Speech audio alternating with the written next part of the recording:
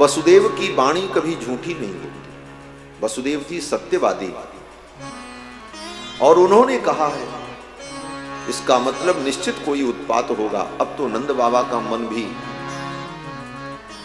व्यथित हुआ। रास्ते में नंद बाबा जा रहे हैं और यही सोच रहे हैं, नंदः पथि वचः सौरेर न वृषेति विचिन्तयन्। सूरसेन के पुत्र सौरी अर्थात वसुदेव जी, इनकी वाणी कभी मृषा नहीं होती, क्या उत्पात होगा यह सोचकर नंद बाबा को बड़ा भय व्याप्त हुआ। लेकिन क्या करते, मन को शांत करने के लिए नंद बाबा ने भगवान हरि का स्मरण किया। हरिम जगाम शरणम उत्पातागम शंकितः। उत्पात की आशंका से व्यथित होकर नंद बाबा ने हरिम जगाम शरणम, भगवान हरि की शरण ग्रहण कर। किस प्रकार से, बोले मानसिक रूप से भगवान हरि का चिंतन करने लगे और मंत्र का जप करते हुए जा लगा। कौन सा मंत्र, बोले 5 अक्षर का मंत्र, हरि ही शरणम। बस ये बड़ा अद्भुत मंत्र है। मन में कोई भय हो, कोई आशंका हो, अनागत भय व्याप्त हो, जो भय अभी आया नहीं है लेकिन हम भयभीत हो रहे हैं सोच करके, ऐसी परिस्थिति में अपने मन को शांत करने के लिए भगवान श्री हरि का स्मरण करना चाहिए। नंद बाबा भी यही स्मरण करते हुए चल पड़े, हरि शरणम हरि शरणम हरि शरणम हरि शरणम।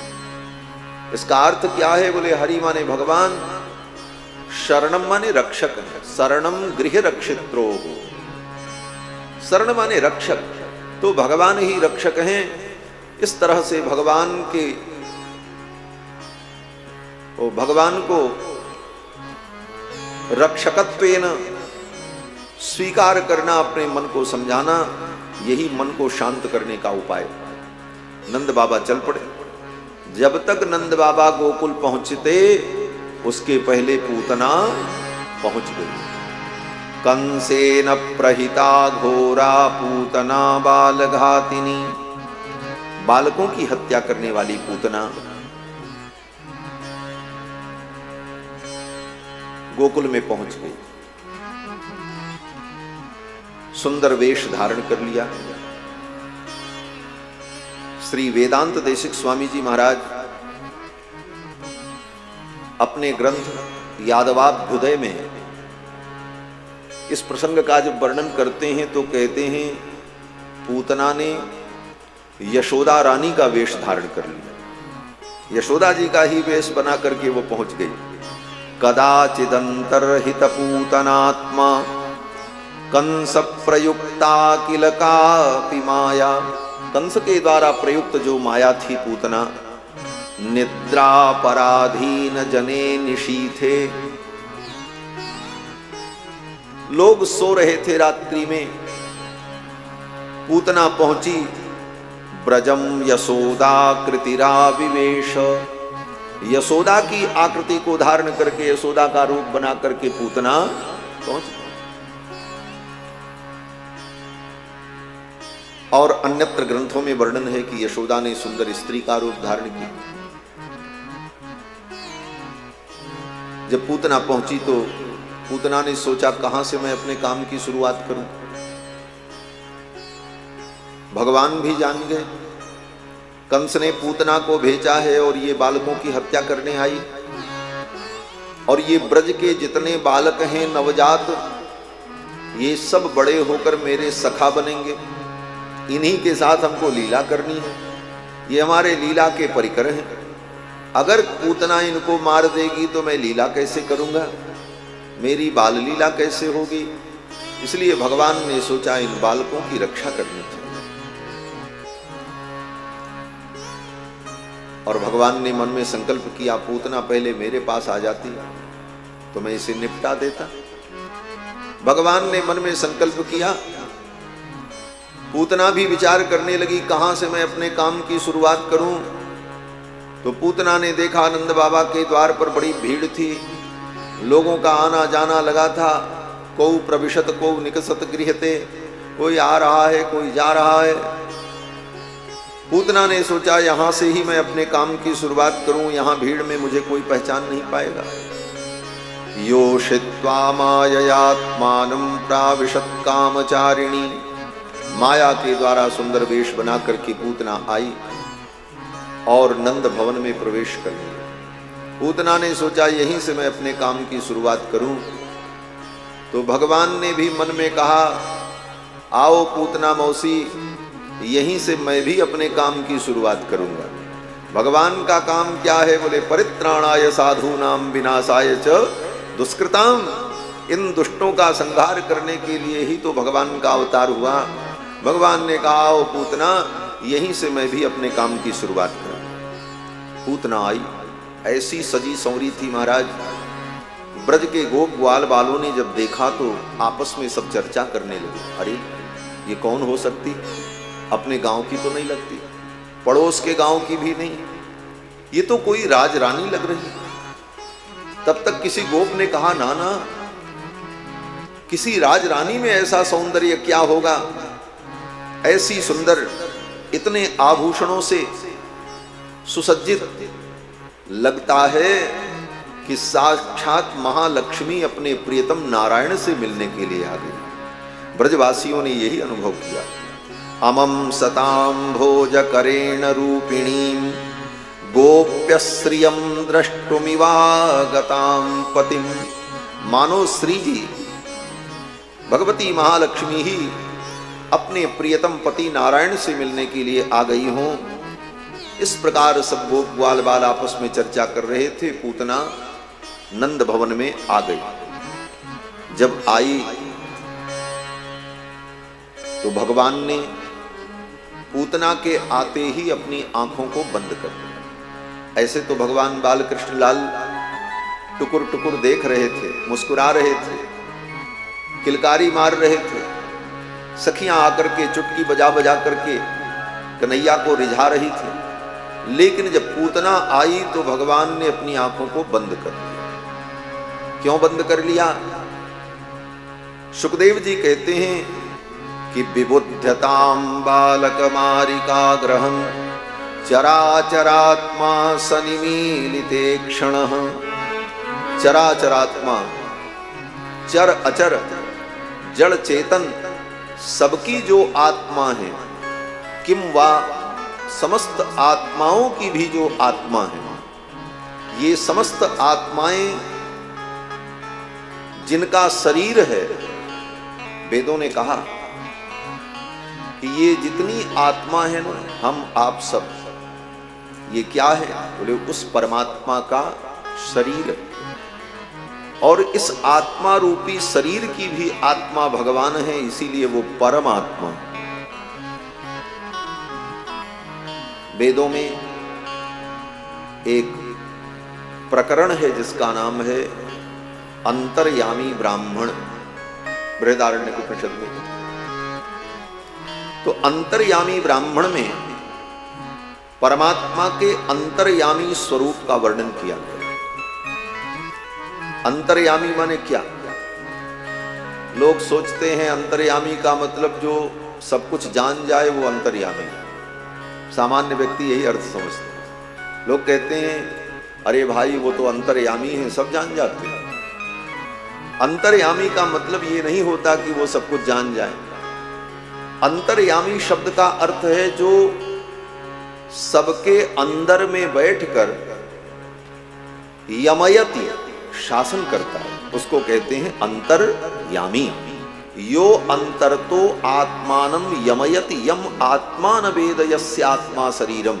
श्रुति कहती है, वेद भगवान कहते हैं यो अंतरतो आत्मानं यमयति, जो आत्मा के अंदर बैठ करके आत्मा का भी नियमन करता है, शासन करता है।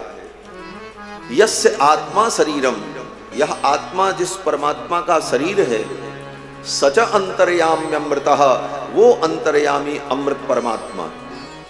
तो भगवान जड़ चेतन सबकी आत्मा, चराचरात्मा, इसलिए कहा चराचरात्मा। तो चराचरात्मा सनिमीलिते क्षण, चराचरात्मा भगवान श्री कृष्ण ने अपने नेत्रों को बंद कर लिया, पूतना को देखा ही नहीं। क्यों नहीं देखा? अब भक्तों के अलग अलग भाव हैं। भगवान ने सोचा क्या देखें इस पूतना को, बालकों की हत्या करने वाली ऐसी पापिनी का मुख देखना भी पाप है। लोग कहते हैं ना, पापी व्यक्ति का मुख नहीं देखना चाहिए। तो भगवान ने सोचा जो बच्चों की हत्या करे ऐसी पापिनी का मुख देखना भी पाप है, इसलिए भगवान ने अपनी आंखों को बंद कर दिया। चराचरात्मा सनिमीलिते क्षण, इसलिए भी भगवान ने अपने नेत्रों को बंद कर लिया कि ये लीला में गड़बड़ी कहां हो गई। मैं तो वैकुंठ छोड़कर मथुरा मंडल में आया कि यहां माखन मिश्री खाऊंगा, आनंद करूंगा, लीला करूंगा, और माखन मिश्री तो मिला नहीं, ये पूतना जहर पिलाने के लिए आ गई। ये गड़बड़ी कहां हो गई? भगवान अपना वैकुंठ छोड़ करके आए। विष्णु पुराण में पराशर महर्षि वर्णन करते हैं कि एस नारायण श्रीमान, जो भगवान नारायण श्रीमान हैं, एस नारायण श्रीमान क्षीरार्णव निकेतन, अपने क्षीरार्णव को छोड़कर, क्षीरार्णव जिनका निकेतन है, क्षीरार्णव निकेतन नाग पर्यंक मुत्सृज्य यागतो मथुराम पुरीम, अपने नाग पर्यंक को छोड़कर, अपनी शेष सैया को छोड़कर, अपनी निद्रा छोड़कर, व्यक्ति सब छोड़ देता है। किस लिए? बोले अब हम सोने जा रहे हैं। व्यक्ति सोने के सामने सब कुछ छोड़ देता है, बोले सोना जरूरी। लेकिन भगवान ने इन भक्तों का उद्धार करने के लिए अपनी निद्रा को भी त्याग दिया। नाग पर्यंक मुत्सृज्य ह्यागतो मथुराम पुरीम, इसमें भी भगवान की करुणा नहीं थी। हमारे पूज्य स्वामी जी महाराज इसका एक विशेष अर्थ इस पंक्ति का करते थे, पूर्वाचार्यों ने भी किया है। नाग पर्यंक मुत्सृज्य ह्यागतो मथुराम पुरी, अपने नाग पर्यंक को छोड़कर भगवान मथुरापुरी में आए, ये तो सामान्य अर्थ है, सीधा सीधा अर्थ है। विशेष अर्थ ये है कि नाग पर्यंकम, जो भगवान का नाग पर्यंक है वो क्या है? श्री शेष जी महाराज। तो नाग पर्यंक उत्सृज्य, उत्सृज्य माने छोड़कर नहीं, उत्कृष्ट रूपेण सृज्य, अपने नाग पर्यंक को अपना बड़ा भाई बना करके पहले भेज दिया और तब भगवान आए। नाग पर्यंकम उत्सृज्य, उत्कृष्ट रूपेण, ज्येष्ठ भाता रूपेण सृज्य, जिनको रामा अवतार में छोटा भाई बनाया था, इस बार बड़ा भैया बना करके भेजा। आप पहले चलो, आप बड़े भैया बनो। तो शेष जी महाराज पहले ही आ गए, जो भगवान के पर्यंक हैं, बिस्तर हैं। नाग पर्यंक मुत्सृज्य यागतो मथुरापुरी, बड़ा भैया क्यों बना लिया इनको? तो संत जन कहते हैं कि त्रेता में जब राम जी को वनवास हुआ तो राम जी का दुख देखकर लक्ष्मण जी को बड़ी पीड़ा हुई, बड़ी वेदना हुई। भक्तों ने तो कहा भी कि धिक्कार है आपको, आपकी करुणा को धिक्कार है, आपकी स्वतंत्रता को भी धिक्कार है। भगवान की करुणा की बड़ी प्रशंसा की जाती है, भक्त लोग भूरी भूरी प्रशंसा करते हैं, भगवान की करुणा कितनी महान है। भगवान निरंकुश स्वतंत्र हैं, उस निरंकुश स्वतंत्रता का गुणगान करते हैं बड़े बड़े वेदांती। लेकिन वैष्णव हृदय जो है वो क्या कहता है? भक्त कहता है महाराज ये आपकी स्वतंत्रता और आपकी करुणा, इन दोनों को धिक्कार है। क्यों धिक्कार है? बोले अपनी इस करुणा के कारण और अपनी स्वतंत्रता के कारण ही आप दुख प्राप्त कर रहे हैं, नंगे पांव चल रहे हैं। जातो धिक करुणाम धिगस्तु यवयोः स्वातंत्र मत्यंकुशम, आपका जो निरंकुश स्वातंत्र है, उस स्वातंत्र के कारण आप ये दुख पा रहे हैं। नंगे पांव वन में भटक रहे हैं। ये आपकी ही मर्जी है, आपको कौन दुख दे सकता है? आप अपनी स्वतंत्रता से ही इस लीला को कर रहे हैं। निज इच्छा निर्मित तनु माया गुण गोपाल। तो भक्तों ने कहा कि उस करुणा को, उस स्वतंत्रता को धिक्कार है। लक्ष्मण जी को भी अच्छा नहीं लगा कि ये परमात्मा है, ये परम स्वतंत्र हैं, अपनी स्वतंत्रता के कारण ही ये जो चाहते हैं करते हैं, इनको कोई रोक नहीं पाता। और भक्तों ने कहा भी, परम स्वतंत्र न सिर पर कोई,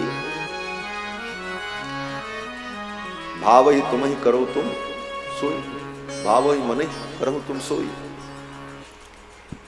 तो ऐसी करुणा और स्वतंत्रता को धिक्कार। लक्ष्मण जी ने मन में सोचा, मैं इनको रोक भी नहीं सकता। अगर मैं इनका बड़ा भाई होता, ये मेरे छोटे भाई होते, तो मैं इनको डांटता। बड़े भाई की आज्ञा का पालन करना चाहिए, चुपचाप अयोध्या में रहो, कहीं नहीं जाना। मैं इनको अयोध्या में रोक देता, इनको दुख न होता। लेकिन मैं तो छोटा भाई हूं, छोटे भाई को तो आज्ञा का पालन करना पड़ता है, और मुझसे ये दुख देखा नहीं जाता। तो भगवान ने मन ही मन में कहा, कोई बात नहीं, इस बार तो छोटा भाई बनाया, लेकिन अगली बार बड़ा भैया बना लेंगे। आप जो कहोगे वो मैं करूंगा। इसीलिए बलदाऊ भैया समय समय पर कन्हैया को सावधान करते रहे। थोड़ी भी मस्खरी करते कन्हैया कृष्ण, थोड़ी भी कुछ गड़बड़ी करते तो बलराम जी तुरंत डांटते थे, कन्हैया ऐसा नहीं करना। हाँ दाऊ, हाँ भैया, तुरंत भैया की आज्ञा का पालन करते। तो भगवान ने इस बार श्री बलराम जी को अपना बड़ा भैया बनाया, शेष जी को। नाग पर्यंक मुत्सृज्य ह्यागतो मथुराम पुरीम।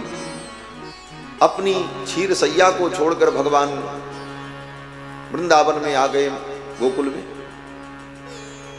अब भगवान सोचने लगे, मैं तो माखन मिश्री खाने लीला करने आया, ये कहां से गड़बड़ी हो गई, ये पूतना जहर पिलाने आ गई। तो आंख बंद करके मानो विचार करने लगे कि कहां से ये सब गड़बड़ी हो रही है। इन विषयों पर चिंतन करने के लिए भगवान ने अपनी आंखों को बंद कर लिया। विबुद्धताम बालकमारिका ग्रहम चराचरात्मा सनिमीली तीक्षण। और भी अनेक कारण भक्तों ने बताए कि भगवान ने सोचा, अरे इस लीला में पूतना का स्तनपान मुझे करना ही पड़ेगा, और ये राक्षसी पापिनी, इसे तो छूने का मन नहीं करता, लेकिन इसके स्तन का पान करना पड़ेगा। भीतर से भगवान को घृणा हो रही है पूतना के प्रति, लेकिन अब लीला करनी ही करनी है, बिना लीला किए इसका उद्धार भी नहीं होगा। तो जैसे कोई कार्य ऐसा हो जो कार्य करने की आपकी इच्छा न हो, लेकिन मजबूरी में करना पड़े, तो व्यक्ति कहता है चलो आंख बंद करके इस कार्य को कर ही देते। मन तो नहीं है, लेकिन अब आंख बंद करके हम इस कार्य को पूर्ण कर देते हैं। उसी प्रकार भगवान ने सोचा, चलो आंख बंद करके पूतना का दूध पीने के बहाने इसका उद्धार कर देते। इसलिए भगवान ने अपनी आंखों को बंद कर लिया। विबुद्धताम बालकमारिका ग्रहम चराचरात्मा सनिमीलितेक्षण। इसलिए भी भगवान ने अपने नेत्रों को बंद कर लिया कि भगवान के नेत्र में करुणा और कृपा का निवास है। भगवान ने सोचा, अगर मैं इसे देखूंगा तो कहीं हमको दया आ गई इसके ऊपर, तो फिर इसका उद्धार कैसे होगा। इसलिए भगवान ने अपने नेत्रों को बंद कर लिया। विबुद्धताम बालकमारिका ग्रहम चराचरात्मा सनिमीलिते क्षण।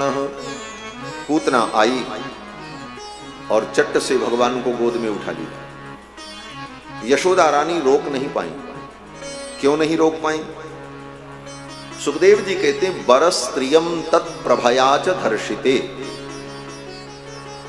वो इतनी सजी संवरी थी पूतना, और इतने आभूषण पहनी थी राजरानी जैसे।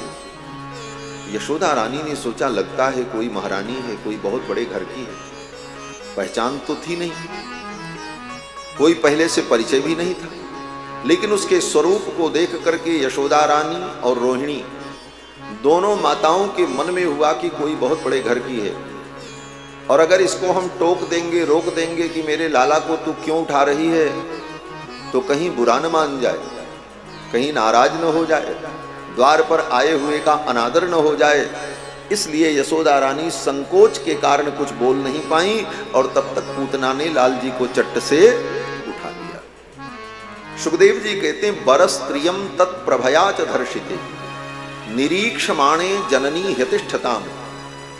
जननी यशोदा और रोहिणी दोनों चुपचाप देख रही थी। पूतना आई और भगवान बालकृष्ण लाल को गोद में ले लिया और लेकर के वहीं आंगन में बैठ गई और चट्ट से उसने अपना कंचुक खोला, अपनी कंचुकी खोली और अपने पीन पयोधर को, विषसिक्त पयोधर को लाल जी के मुख में दे दिया। तस्मिन् स्तनं दुर्जर वीर्यमुल्बणं घोरांकमादाय शिशोर्ददावथ। गोद में लेकर पूतना ने अपने विषसिक्त पयोधर को लाल जी के मुख में जब दे दिया तो भगवान ने भी क्या किया। सुखदेव जी कहते हैं कन्हैया कृष्ण ने अपने नन्हे नन्हे हाथों से पूतना के पयोधर को कस करके पकड़ लिया। गाढ़म कराभ्याम भगवान प्रपीड्य तत्। गाढ़म कराभ्याम खूब कस करके भगवान ने पूतना के पयोधर को पकड़ लिया। गाढ़म कराभ्याम भगवान प्रपीड्य तत् प्राणैः समम रोष समन्वितो पिबत। और रोष से समन्वित होकर भगवान पूतना के दूध के साथ साथ उसके प्राण को भी पीने लगे। जब प्राण को भी भगवान पीने लगे तो पूतना कसमसाने लगी। क्यों? बोले प्राण निकलता है तो बड़ा दुख होता है। और केवल प्राण निकलने में नहीं, पैदा होने में भी बड़ा दुख होता है। जब बालक मां के गर्भ से बाहर निकलता है वो क्षण कितना दुखदाई होता है उस छोटे से नवजात जीव के लिए, शिशु के लिए।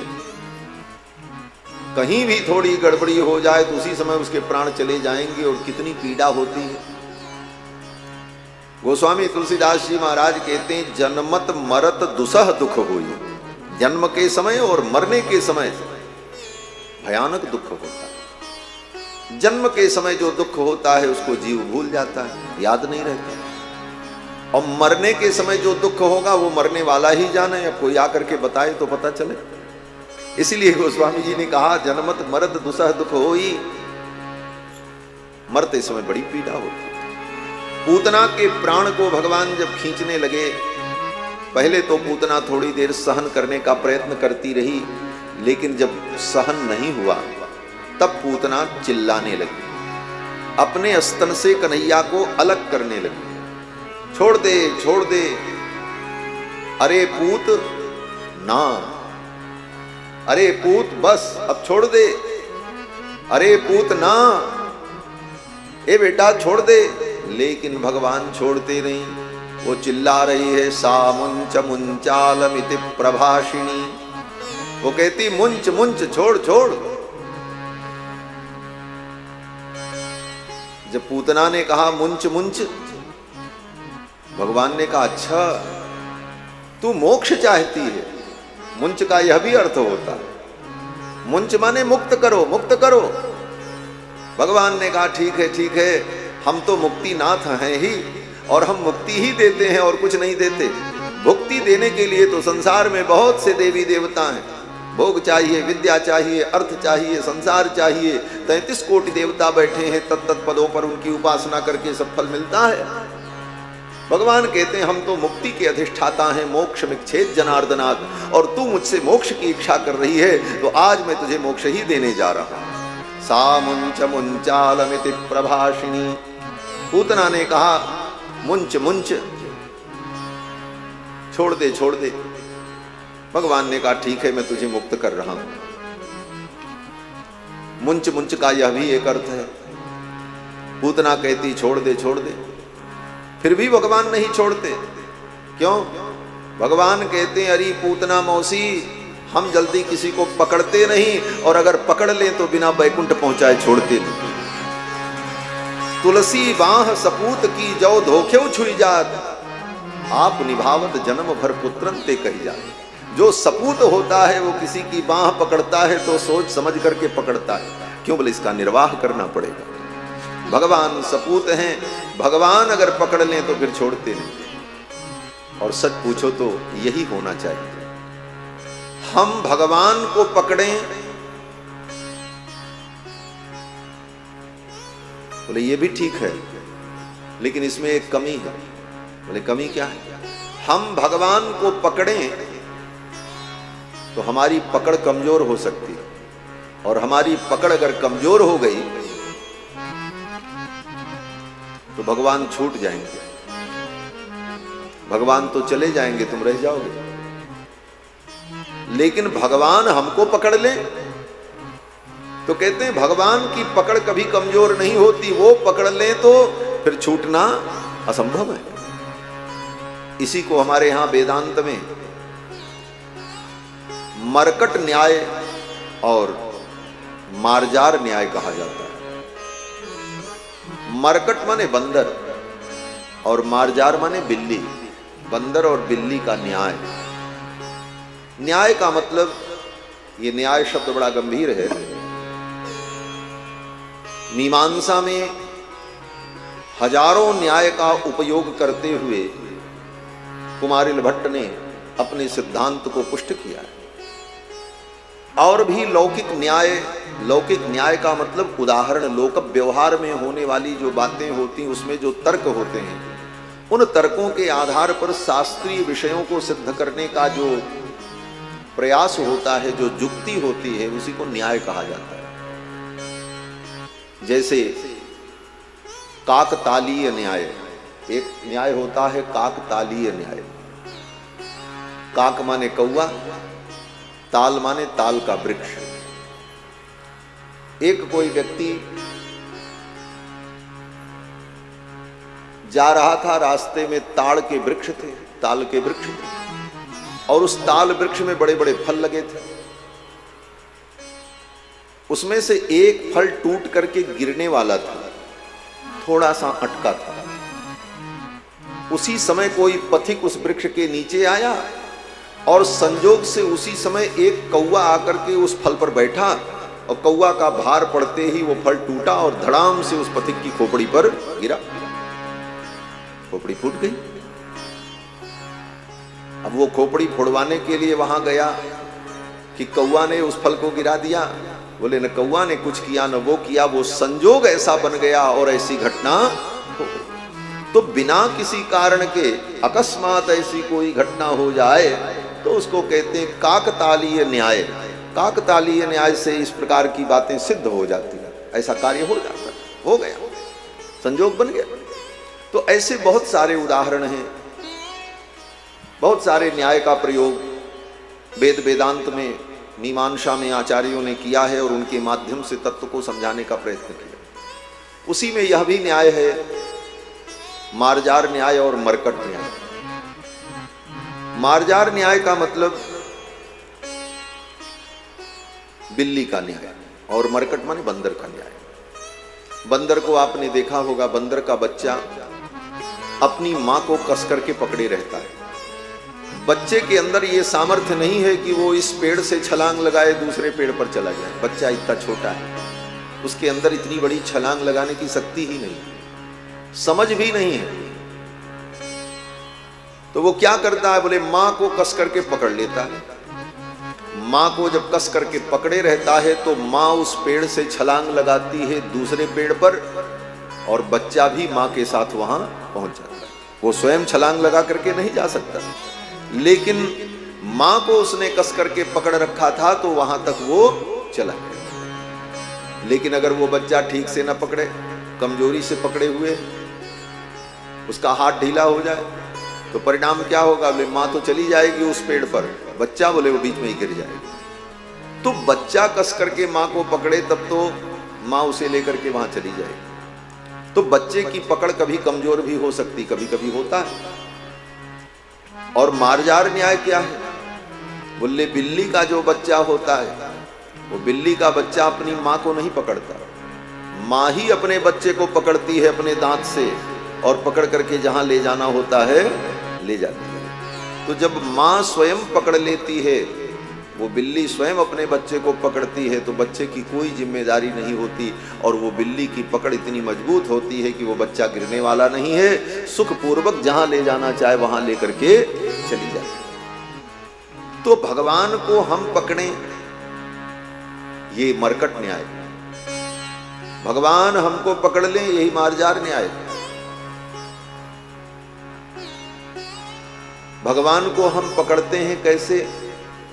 बोले हम कर्म के द्वारा भगवान को पकड़ना चाहते हैं, हम अपने ज्ञान के द्वारा भगवान को पकड़ना चाहते हैं, हम अपनी भक्ति के द्वारा भगवान को पकड़ना चाहते हैं। कर्म ज्ञान भक्ति, इसको हम साधन समझ करके जब भगवान को पकड़ना चाहते हैं तो ये मरकट न्याय है।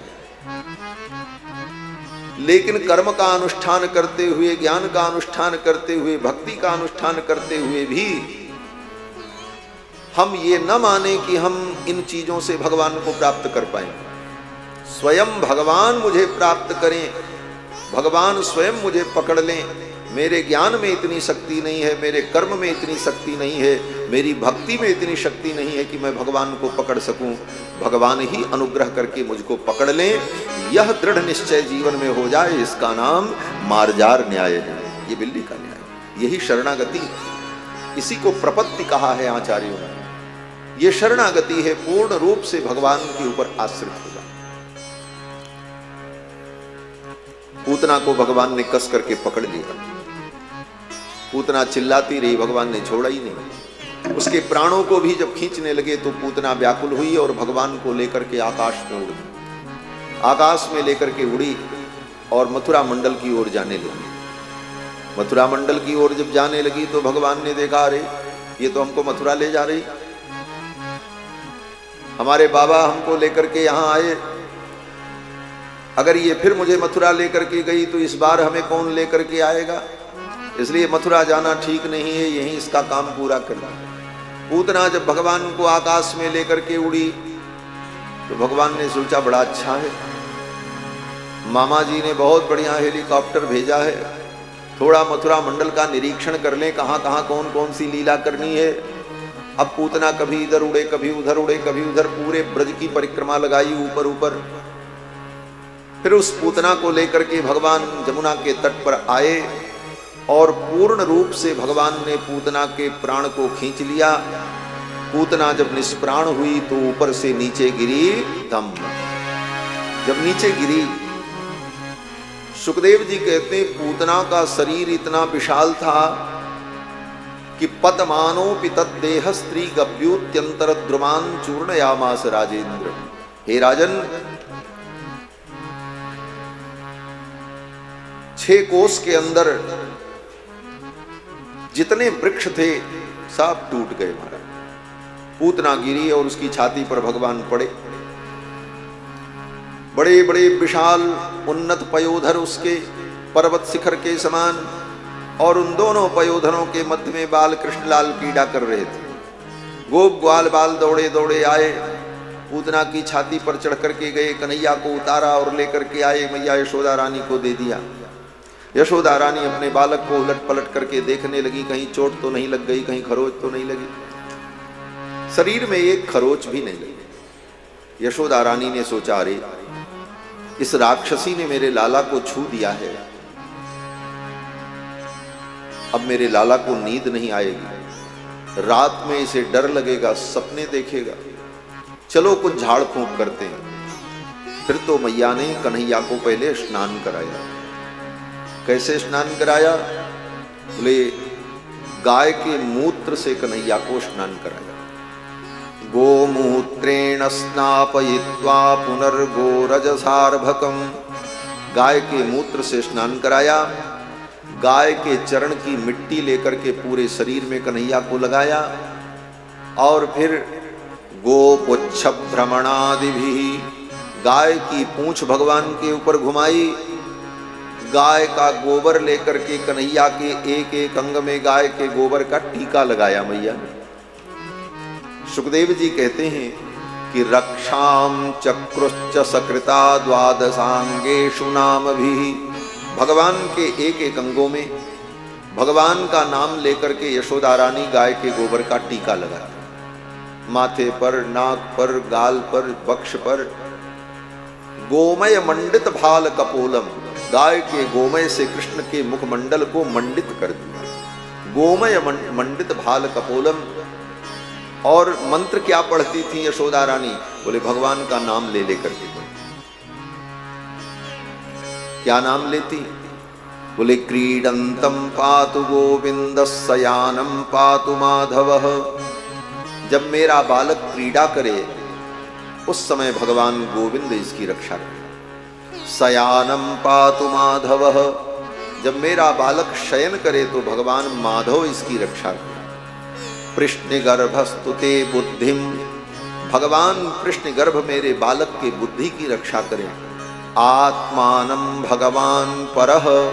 जो परम परमात्मा नारायण है वे मेरे बालक की आत्मा की रक्षा करें।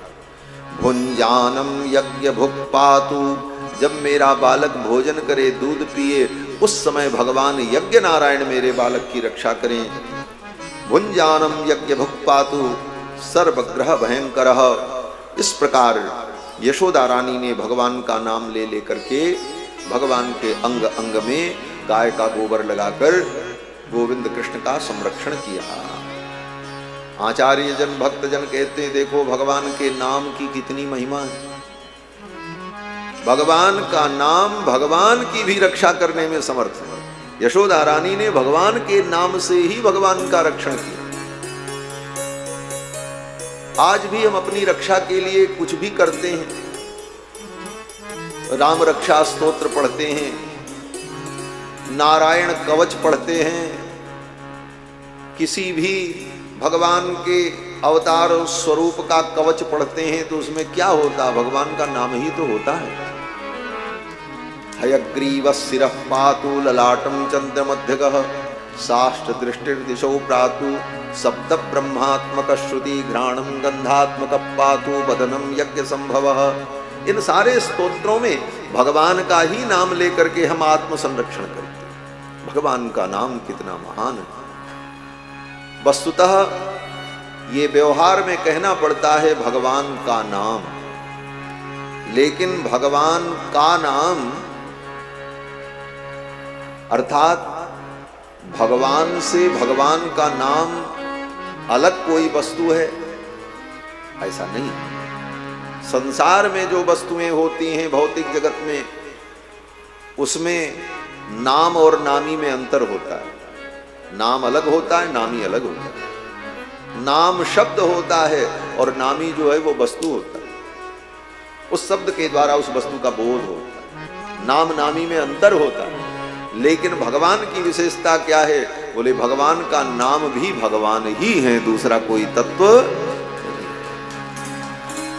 लेकिन अब समझाने के लिए कहना पड़ता है भगवान का नाम, भगवान का नाम। भगवान का नाम भी भगवान है और ये भगवान की जो लीला है जो आप सुन रहे हो, ये लीला भी भगवान ही है। कैसे?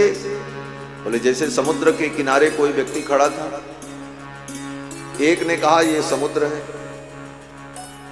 तब तक लहर आई तो किसी ने कहा ये समुद्र की लहर है, दूसरे ने कहा ये समुद्र का जल है, तीसरे ने कहा ये समुद्र का रंग है। तो समुद्र का रंग, समुद्र की लहर, समुद्र का जल, ये क्या है? बोले समुद्र ही है, दूसरा कुछ नहीं है। वो लहर क्या है? बोले वो भी तो समुद्र ही है। समुद्र का जल, बोले वो भी समुद्र ही है। उसका जो रंग है वो भी समुद्र ही है। तो भगवान आनंद सिंधु सच्चिदानंद जो हैं, उन आनंद सिंधु की जो तरंगे हैं वही नाम है, वही रूप है, वही लीला है, वही धाम है। रामस्य नाम रूपम च लीला धाम परात्परम एतत् चतुष्टयम नित्यम सच्चिदानंद विग्रहम। भगवान का नाम रूप लीला धाम ये चारों सच्चिदानंद विग्रह। मैया ने भगवान का ही नाम लेकर के भगवान का संरक्षण किया। फिर कन्हैया को दूध पिलाया। पाययित्वा स्तनम माता सन्निवेशयदात्मजम। दूध पिलाया, कन्हैया को नींद आ गई, कन्हैया तो सो गए। तब तक नंद बाबा मथुरा से लौटे। देखा रास्ते में पूतना मरी पड़ी है, रास्ता जाम, इधर वाले इधर, उधर वाले उधर। 6 कोस लंबी चौड़ी थी पूतना, 18 किलोमीटर लंबी। कल्पना करो, 18 किलोमीटर लंबा कोई मनुष्य हो, कोई प्राणी हो, और जमीन पर पड़ा हो तो रास्ता ही बंद हो जाएगा महाराज। और कितनी विशाल काया थी महाराज।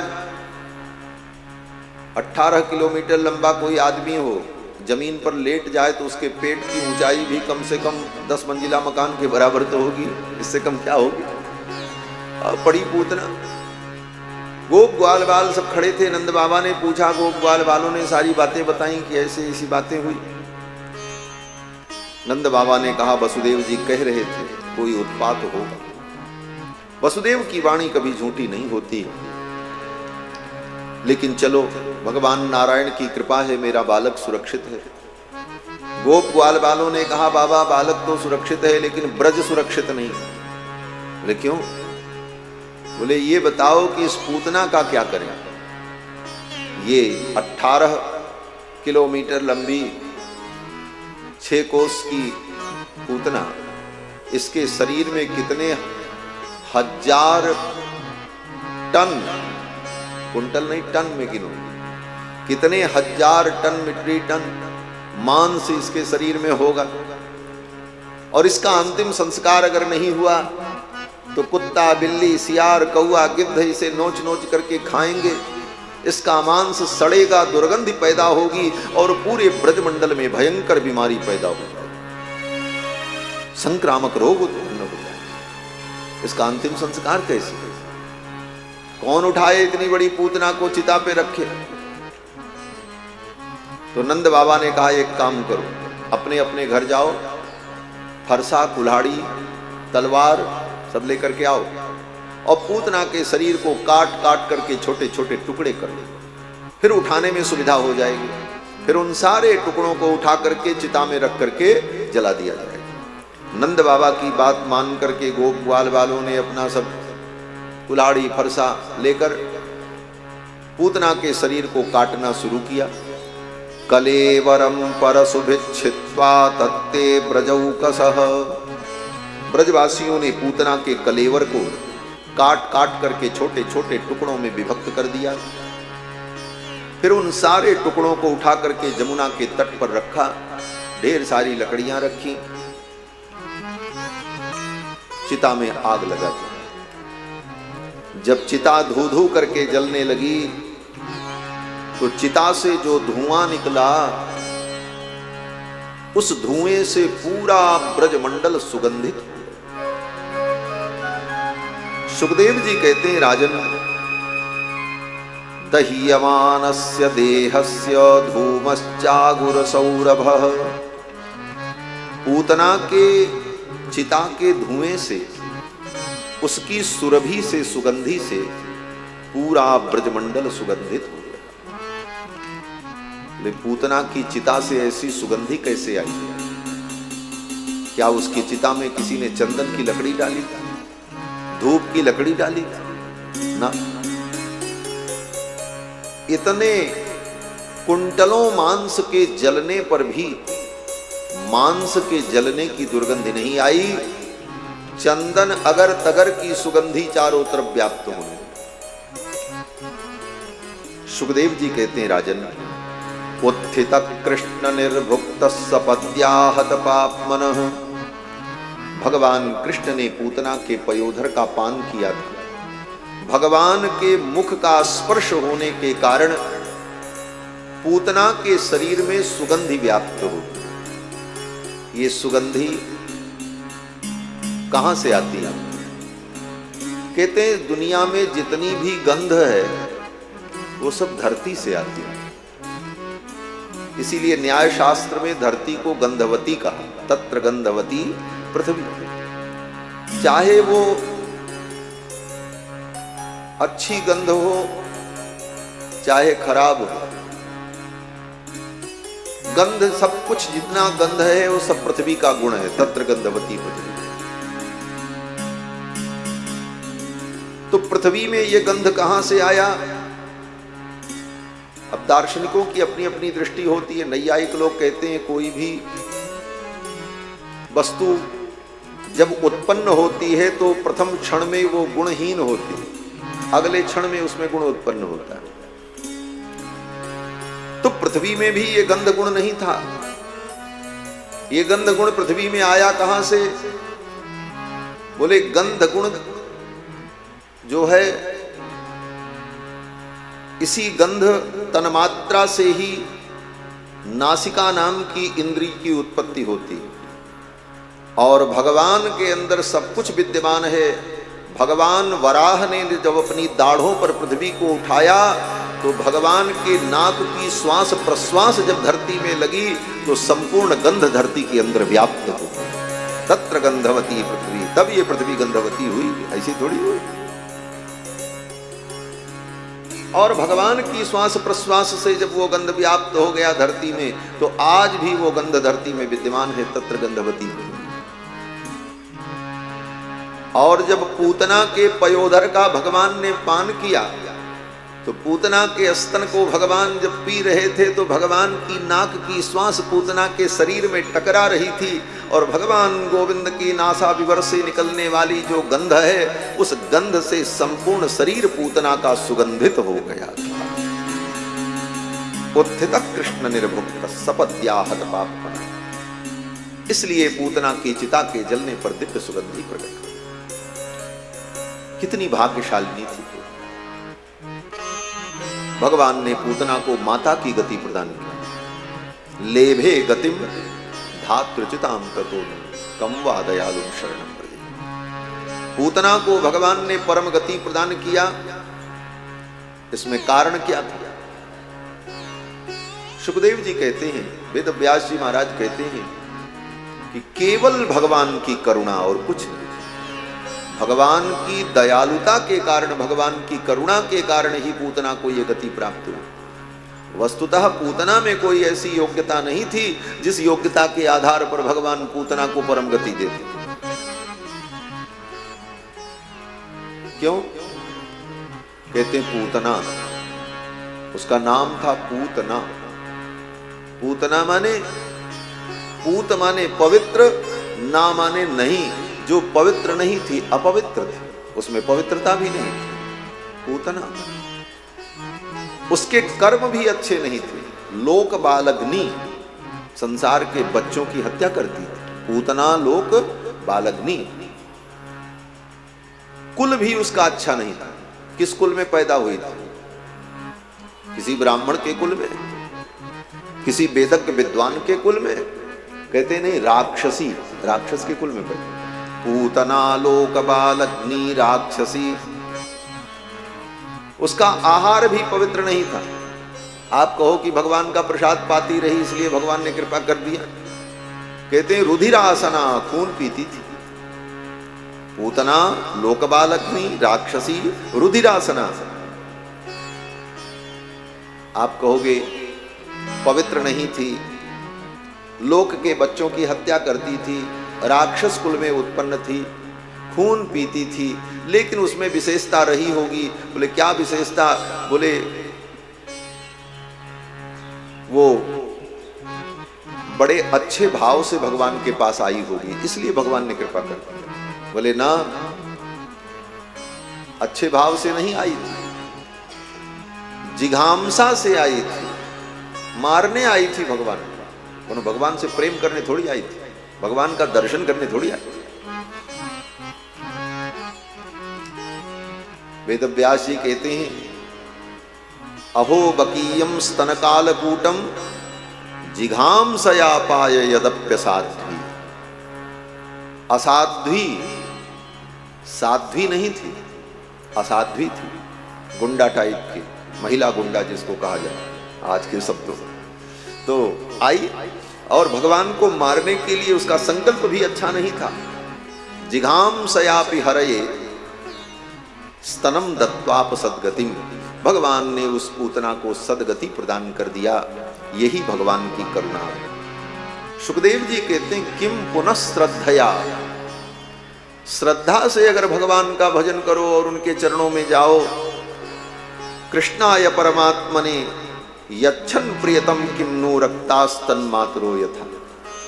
फिर भगवान क्या नहीं दे देंगे। किस प्रकार से? बोले जैसे भगवान ने अपनी माताओं को, रोहिणी को, यशोदा को, अपने परिजनों को सब कुछ दिया, तो ऐसे भगवान को छोड़ करके हम किसकी शरण में जाएं? कमवा दयालुम शरणम ब्रजेम, ऐसे दयालु भगवान को छोड़कर हम किसकी शरण में? आगे सुखदेव जी पूतना के सौभाग्य की सराहना करते। सुखदेव जी कहते हैं, राजन, पूतना कितनी भाग्यशालिनी थी। क्या भाग्य था? बोले पदभ्याम भक्ति हृदयस्थाभ्याम वंद्याभ्याम लोक वंदितैहि। पदभ्याम, अपने उन चरणों से, ये भगवान के विषय में कह रहे हैं, पदभ्याम, अपने उन चरणों से। कैसे चरणों से? बोले भक्त हृदयस्थाभ्याम, भगवान के चरण भक्तों के हृदय में विराजमान रहते। जो भगवान के चरण भक्तों के हृदय में विराजमान रहते हैं, पदभ्याम भक्ति हृदयस्थाभ्याम, ऐसे चरण। और उसकी विशेषता क्या है?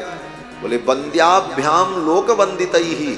इस लोक में जो बड़े बड़े देवता हैं वंदित पूजित, ये देवता भी जिन चरणों की वंदना करते हैं। पदभ्याम भक्त हृदयस्थाभ्याम वंद्याभ्याम लोक वंदितैहि, ऐसे चरण, साधारण चरण थोड़ी थे।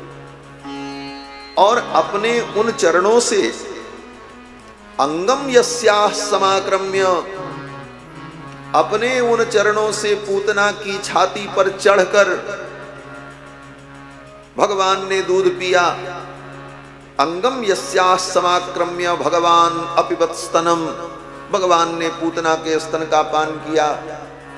तो जब पूतना के स्तन का पान किया तो भगवान के चरण कहाँ थे? बोले पूतना की छाती पर थे। ऐसे चरण, जिन चरणों की बड़े बड़े देवता भी वंदना करते हैं।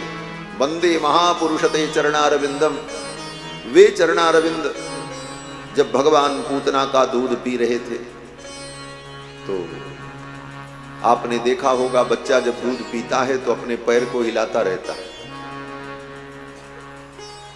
भगवान पूतना का दूध पीते समय जब अपने चरणों को हिला रहे थे तो उन चरणों की ठोकर जो है पूतना की छाती पर लग रही थी।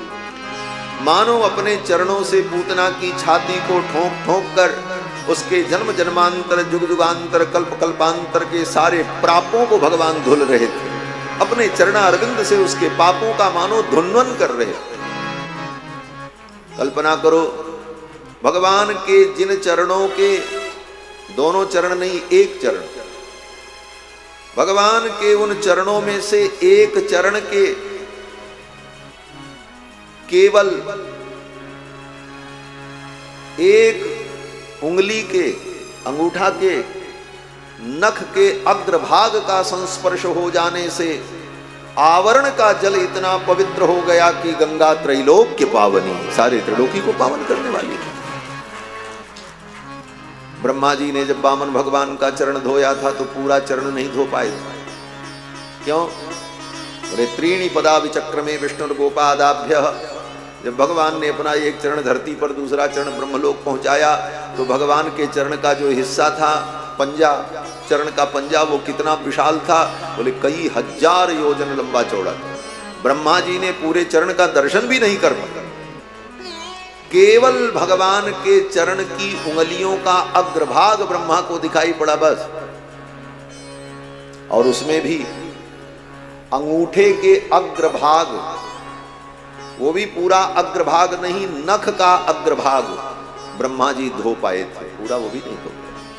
नखोदकाम त्रिजगताम पापौग विध्वंसनम यन्नामामृत पूरकम च पिबताम संसार संतारकम पाषाणोपि यदंघ्रिपंकरजसा सापान मुनेर मोचिता यार्तत्राण परायण स भगवान नारायणों में गति ही, वो नारायण।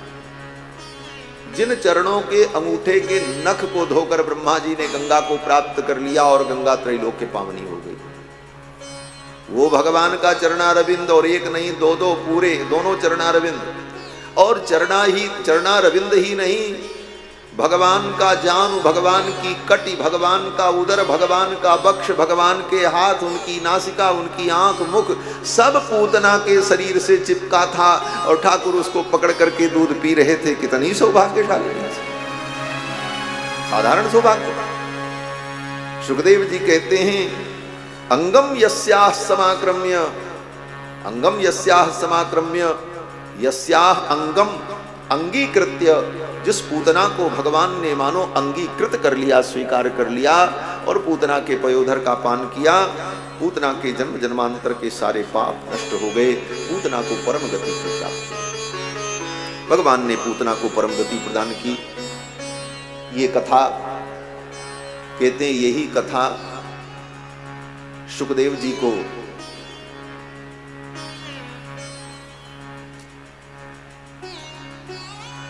ज्ञान मार्ग की निष्ठा से खींचकर भक्ति की निष्ठा में लाकर के प्रतिष्ठित कर दिया। सुखदेव जी तो समाधि में थे। सुखदेव जी कहते हैं हम तो स्वयं नैर्गुण्य उपासना में निरत रहते थे, लेकिन भगवान की लीलाओं ने मेरा कर्षण कर दिया। भगवान की इन लीलाओं ने ही हमको खींच लिया और मैं आकर के अपने पिता के चरणों में बैठ करके इस ग्रंथ का अनुशीलन। हमारे आचार्य भी कहते हैं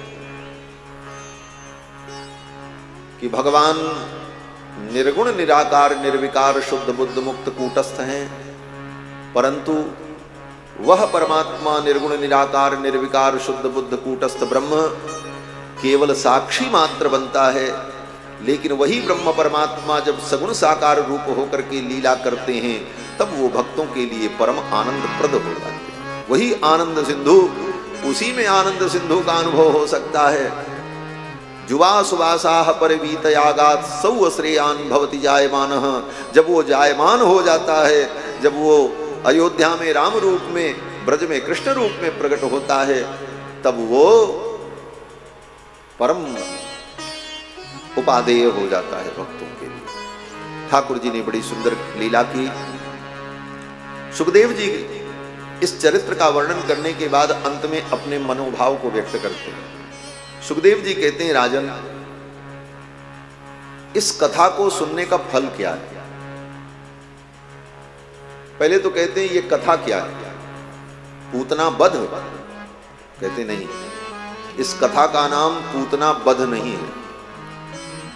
अन्यत्र बध है, कंस बध, अघासुर बध, बकासुर बध, यही लिखा, लेकिन ये पूतना का बध नहीं है।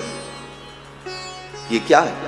सुखदेव जी कहते हैं कि या एतत् पूतना मोक्षम, ये पूतना मोक्ष की कथा है, पूतना बध की कथा नहीं है। या एतत् पूतना मोक्षम कृष्णस्यार्भकम अद्भुतम। कृष्ण जो अर्भक है, अर्भक माने बालक, बालक को ही, बालक का पर्यायवाची शब्द है अर्भक। कृष्णस्यार्भकम अद्भुतम, बालक कृष्ण। कैसे बालक कृष्ण? बोले अद्भुतम, जो अद्भुत। भगवान बालक तो बनते हैं, लेकिन जैसे सब बालक होता है ऐसे बालक नहीं, ये अद्भुत बालक है। इसीलिए जहां प्रसंग आता है वहां पर महापुरुष ये अद्भुत शब्द का विशेषण प्रयोग करते हैं। जब भगवान प्रकट हुए तो वहां भी वेदव्यास जी ने कहा तमद्भुतम बालकम अम्बुजे क्षणम चतुर्भुजम शंख गदायुधा, तमद्भुतम। यहां भी कहते हैं कृष्णस्यार्भक मद्भुतम। गोस्वामी तुलसीदास जी महाराज भी वर्णन करते हैं तो अद्भुत शब्द का वहां पर प्रयोग करते हैं। हर्षित महतारी मुनि मनहारी, अद्भुत रूप निहारी। हर्षित महतारी मुनि मनहारी, अद्भुत रूप निहारी। भई प्रगट कृपाला दीन दयाला, कौशल्या हितकारी। हर्षित महतारी मुनि मनहारी, अद्भुत रूप निहारी।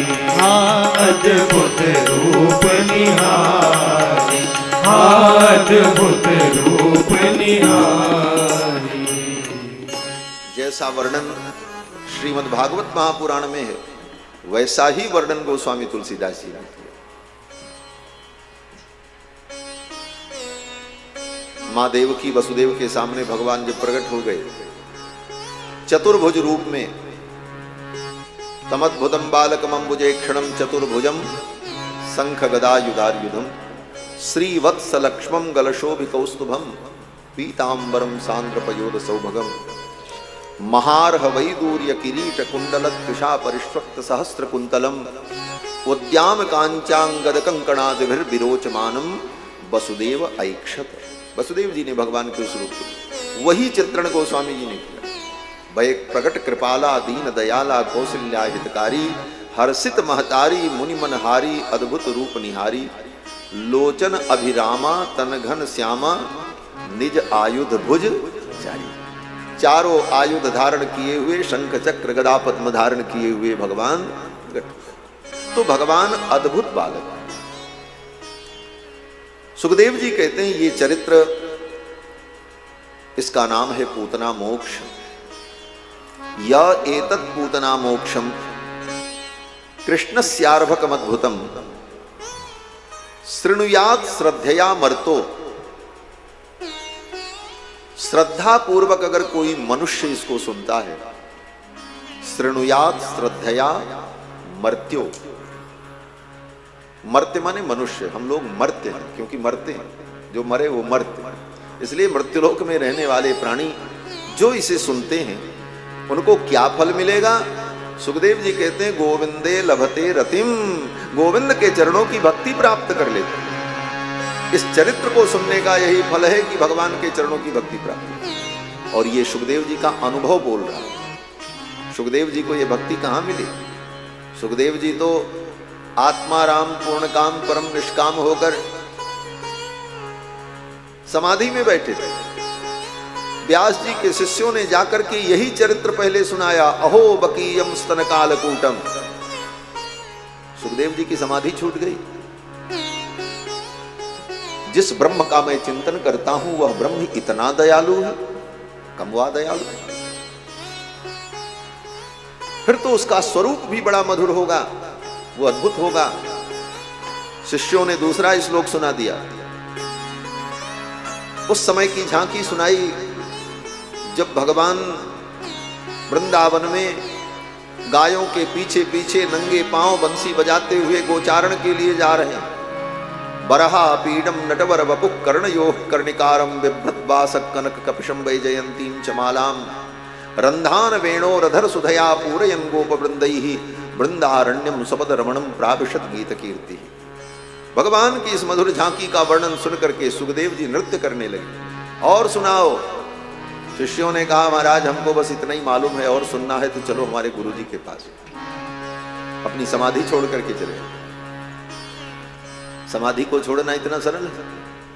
समाधि को पाने के लिए कितने पापड़ बेलने पड़ते हैं महाराज। यम नियम आसन प्राणायाम प्रत्याहार धारणा ध्यान, तब समाधि होती है। और उस समाधि की दशा में पहुंचकर उस समाधि को छोड़कर सुखदेव जी चले आए और अपने पिता के चरणों में बैठकर इस चरित्र को, भगवान की इन लीलाओं को सुना।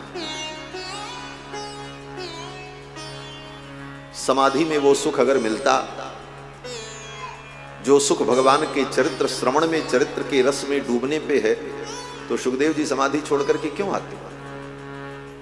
हमारे पूज्य महाराज जी कहते थे कि इस कथा के लिए सुखदेव जी ने अपनी समाधि छोड़ दी। हम अपनी उपाधि नहीं छोड़ पाते, अपनी आधी व्याधि नहीं छोड़ पाते, बड़ी बड़ी उपाधियों को लेकर के सिर पर ढोते रहते हैं और गोविंद के चरणों तक नहीं। सुखदेव ने अपनी समाधि छोड़, योग छोड़ दिया और आकर के पिता के चरणों में बैठकर इन चरित्रों को सुना है। आगे सुखदेव जी वर्णन करते हैं, भगवान 3 महीने के हो गए। तीसरे महीने में जब भगवान का जन्म नक्षत्र आया, रोहिणी नक्षत्र में भगवान प्रकट हुए थे। रोहिणी नक्षत्र में भगवान प्रकट हुए।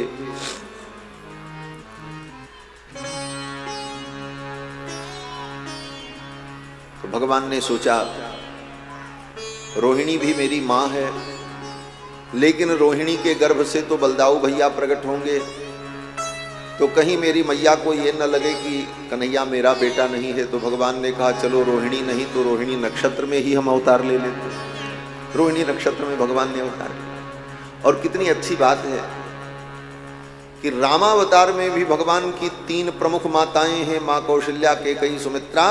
तो कृष्णावतार में भी भगवान की 3 प्रमुख माताएं हैं, देवकी, यशोदा और रोहिणी।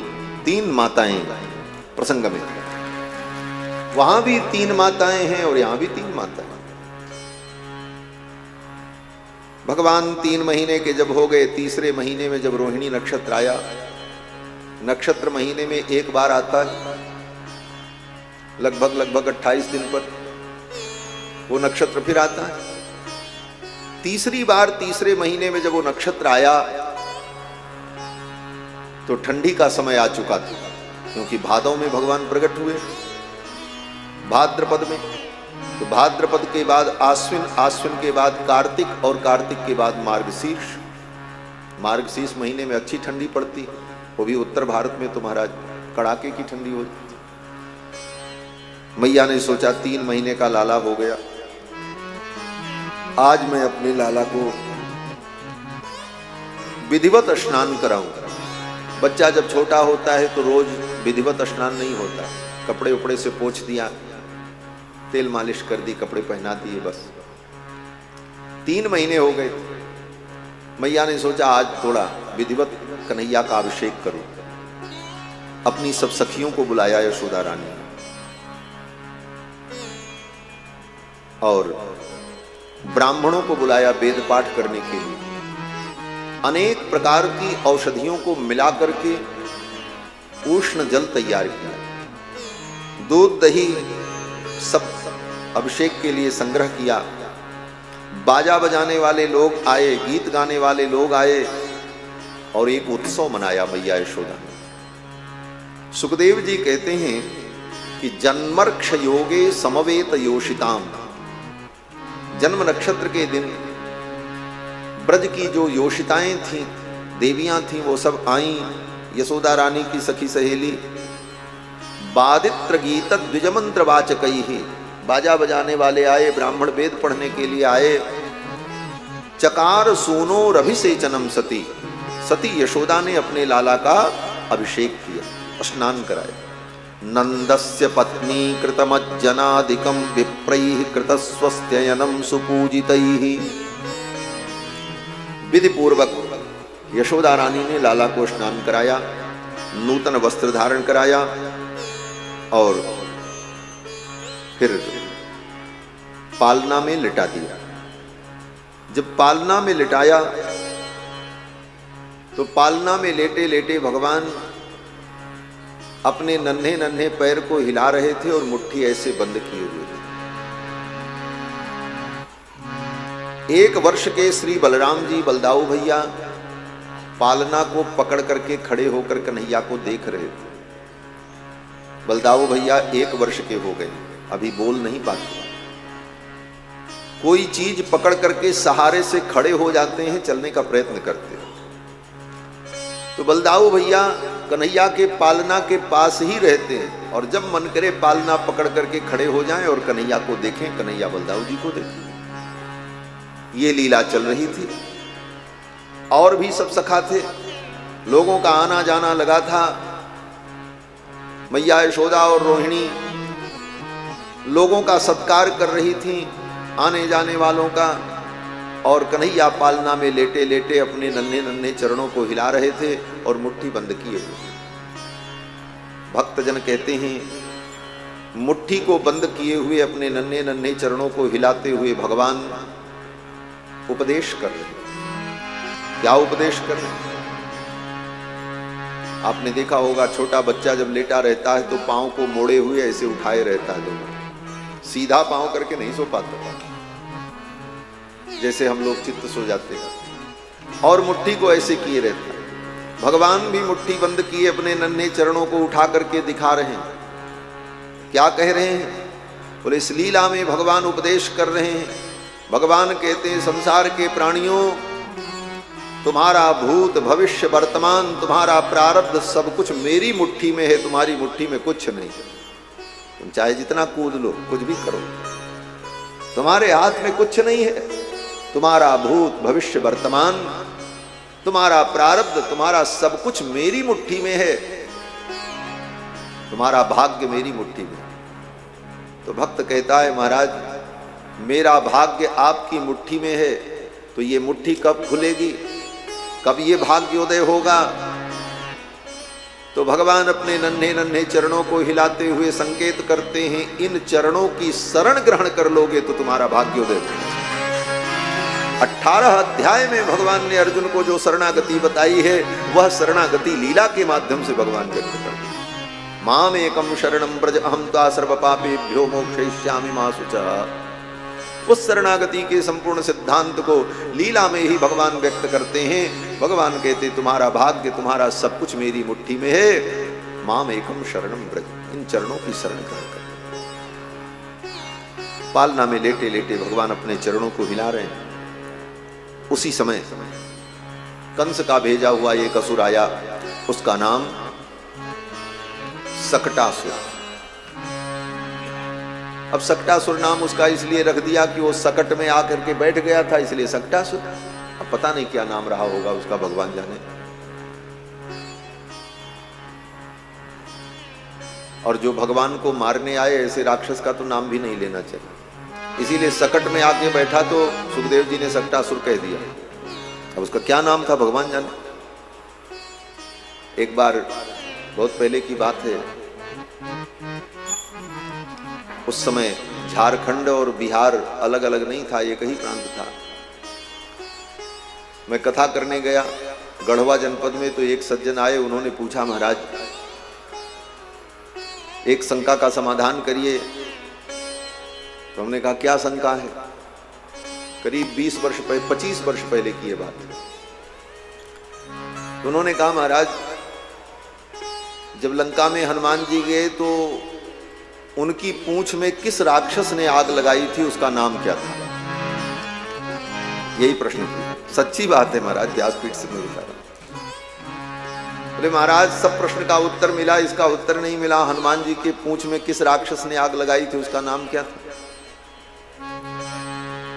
हमने कहा, भैया ये तो गोस्वामी तुलसीदास जी ने भी नहीं लिखा है, महर्षि वाल्मीकि ने भी नहीं लिखा।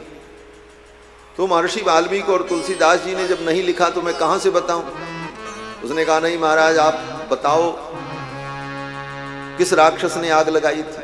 हमने कहा, हनुमान जी जैसे परम भक्त की पूंछ में जो आग लगावे, ऐसे राक्षस का तो नाम लेना भी पाप है, इसीलिए महर्षि वाल्मीकि ने उसका नाम नहीं लिया, इसीलिए तुलसीदास जी ने भी नाम नहीं लिया। ऐसे पापी का क्या नाम लेना जो भगवान के भक्तों की पूंछ में आग लगा दे। और ऐसे भी भगवान के भक्तों की पूंछ से इन पापियों को बड़ी परेशानी होती है। यहां पूंछ में श्लेष है। भगवान के जो भक्त हैं उनकी बड़ी पूंछ होती है महाराज, जहां जाते वहीं लोग उनको पूछते हैं, अरे ये आ गया। भगवान के भक्तों की जहां जाते हैं वहीं उनकी पूंछ होती है, तो भक्तों की पूंछ बड़ी भारी होती है। हनुमान जी की पूंछ बहुत बड़ी थी। और भक्तों की जब पूंछ बढ़ने लगती है तो जो दुष्ट होते हैं उनको परेशानी होने लगती है। तब वो दुष्ट चाहते हैं इन भक्त की पूंछ बढ़ रही है, इसको जला दिया जाए, इसको काट दिया जाए, इनकी पूंछ में आग लगा दिया जाए। लेकिन भगवान के भक्तों की पूंछ में जो आग लगाता है ना, उसी की मूंछ जल करके खाक हो जाती है। हनुमान जी ने अपनी पूंछ से रावण की मूंछ जला दी और लौट करके चले आए राम। पूरी लंका जल गई। बड़े बड़े देवता बैठे थे, लंका को नहीं बचा सकते। तो जो ऐसे भक्त की पूंछ में आग लगावे, उसका क्या नाम लेना। अब कौन राक्षस था पता नहीं, आया, एक बैलगाड़ी रखी थी पुरानी, उसी बैलगाड़ी में प्रविष्ट हो गए। उसी बैलगाड़ी के पास में यशोदा रानी ने भगवान का पालना रखा था। उस असुर ने सोचा इस बैलगाड़ी को इसी पालना पर धकेल दे, ये पालना पर बैलगाड़ी गिरेगी, पालना में लेटा बालक दब करके मर जाएगा। और उस असुर ने बैलगाड़ी को धकेला और बैलगाड़ी बड़े वेग से पालना के ऊपर गिरने लगी। तब तक पालना में लेटे लेटे भगवान श्याम सुंदर ने अपने चरणों को उठाया और ठोकर मार दी। ऐसी ठोकर मारी कि वो बैलगाड़ी दूर जाकर के गिरी और उसके परकच्चे उड़ गए। उसके अंदर जो दैत्य था उसकी मृत्यु हुई। धड़ाम की ध्वनि हुई, लोग दौड़े, देखा वो बैलगाड़ी वहां पड़ी। एक असुर मरा पड़ा, न आंधी न तूफान न कोई कारण, किसी को कुछ समझ में नहीं आया। तो सब लोगों ने आकर के बच्चों से पूछा, वो बच्चे जो कन्हैया के पास पालना के आसपास खेल रहे थे, उन बच्चों से पूछा, तुमने कुछ देखा? तो बच्चों ने तो देखा ही था कि कन्हैया ने अपने चरण प्रहार से बैलगाड़ी को उछाल दिया। तो बच्चों ने जो देखा था वो बताया। बच्चों ने कहा कि रुदतानेन पादेन क्षिप्तमेतन्न संशयः। रोते रोते इस बालक ने अपने चरण से बैलगाड़ी को उछाल दिया। लेकिन बच्चों की इस बात पर बड़ों को विश्वास नहीं। नते सद्दधिरे गोपा बाल भाषितमित्युत। उन बड़े लोगों ने सोचा ये बच्चे हैं, इनकी बात पर क्या भरोसा करना, इतना छोटा बालक इतनी बड़ी बैलगाड़ी को कैसे उछाल सकता है। किसी को कुछ समझ में नहीं आया। फिर तो नंद बाबा ने उस दैत्य के मृत शरीर को उठाकर जमुना के तट पर भेजा, अंतिम संस्कार कराया उसका। यशोदा रानी ने कहा, बाबा कोई उपाय करो, मुझे डर लगता है। आज ये दैत्य कहां से आ गया मेरे आंगन में और आकर के मर गया। फिर तो नंद बाबा ने ब्राह्मणों को बुला करके वेद पाठ कराया, शांति होम करवाया, घर का प्रोक्षण करवाया। वाचयित्वा स्वस्त्यैनम नंद गोपस् समाहितः हुत्वा चाग्निम द्विजातिभ्य प्रादात अन्नम महागुणम। ब्राह्मणों को बुला करके भोजन कराया, उनको अन्नदान किया, जिससे हमारे घर में सुख शांति और समृद्धि बनी। ये सब घटना हुई। कुछ ही दिन बीता। एक दिन मैया यशोदा अपने लाला को गोद में लेकर के दूध पिला रही थी। एकदारोहमारूढ़ं लालयंती सुतम सती। गोद में लेकर कन्हैया को लाड कर रही थी, दुलार कर रही थी, दूध पिला रही थी। उसी समय कंस का भेजा हुआ एक असुर आया, तृणावर्त। आंधी बवंडर के रूप में आया, जोर जोर की हवा चलने लगी, धूल उड़ने लगी। भगवान जान गए कि मामा जी ने फिर एक खिलौना भेजा है। ये मामा जी बड़े अच्छे हैं। कन्हैया कहते हैं मामा जी कितना प्यार करते हैं मुझसे, एक एक खिलौना भेजते रहते हैं खेलने के लिए। और ठाकुर जी क्या करते हैं, बोले उन खिलौनों से खेलते हैं और फिर अंत में उनको तोड़ देते हैं। बच्चा खिलौने से खेलता है और जब उसे ज्यादा मजा आ जाए तो खुशी में उस खिलौने को पटक देता है तो खिलौना ही टूट जाता है। ठाकुर जी भी तो खेलते हैं। ये संसार के जितने प्राणी हैं, एक तृण से लेकर ब्रह्मा पर्यंत, ये सब भगवान के क्रीडनक। क्रीडनक माने खिलौना। क्यों? बोले भगवान का ये खेल चल रहा है। लोकवत्तु लीला कैवल्यम। वेदांत में भी कहा ये सब क्या है, बोले भगवान की लीला। वेदांत में विचार किया, बोले सृष्टि क्यों बनती है, क्यों बिगड़ती है, लोग मरते हैं, जीते हैं, सब इतना बड़ा उपद्रव भगवान क्यों खड़ा करते हैं? क्या जरूरत थी ये सब करने की? न इतना बड़ा उपद्रव भगवान करते, न ज्ञान विज्ञान की जरूरत पड़ती, न मोक्ष पर विचार करना पड़ता। चुपचाप हम सब भगवान के पास ही में हमेशा रहते। ये सब उपद्रव रचने की क्या जरूरत थी? है? इतनी बड़ी सृष्टि बना करके किसी को दुख, किसी को सुख, कोई नरक, कोई स्वर्ग, ये इतना बड़ा नाटक प्रपंच, और इसका कोई अंत नहीं। कहते हैं ये सब भगवान की लीला। वो अपनी लीला विलास के लिए सब कुछ कर, ये उनका लीला विलास है। लोकवत्तु लीला कई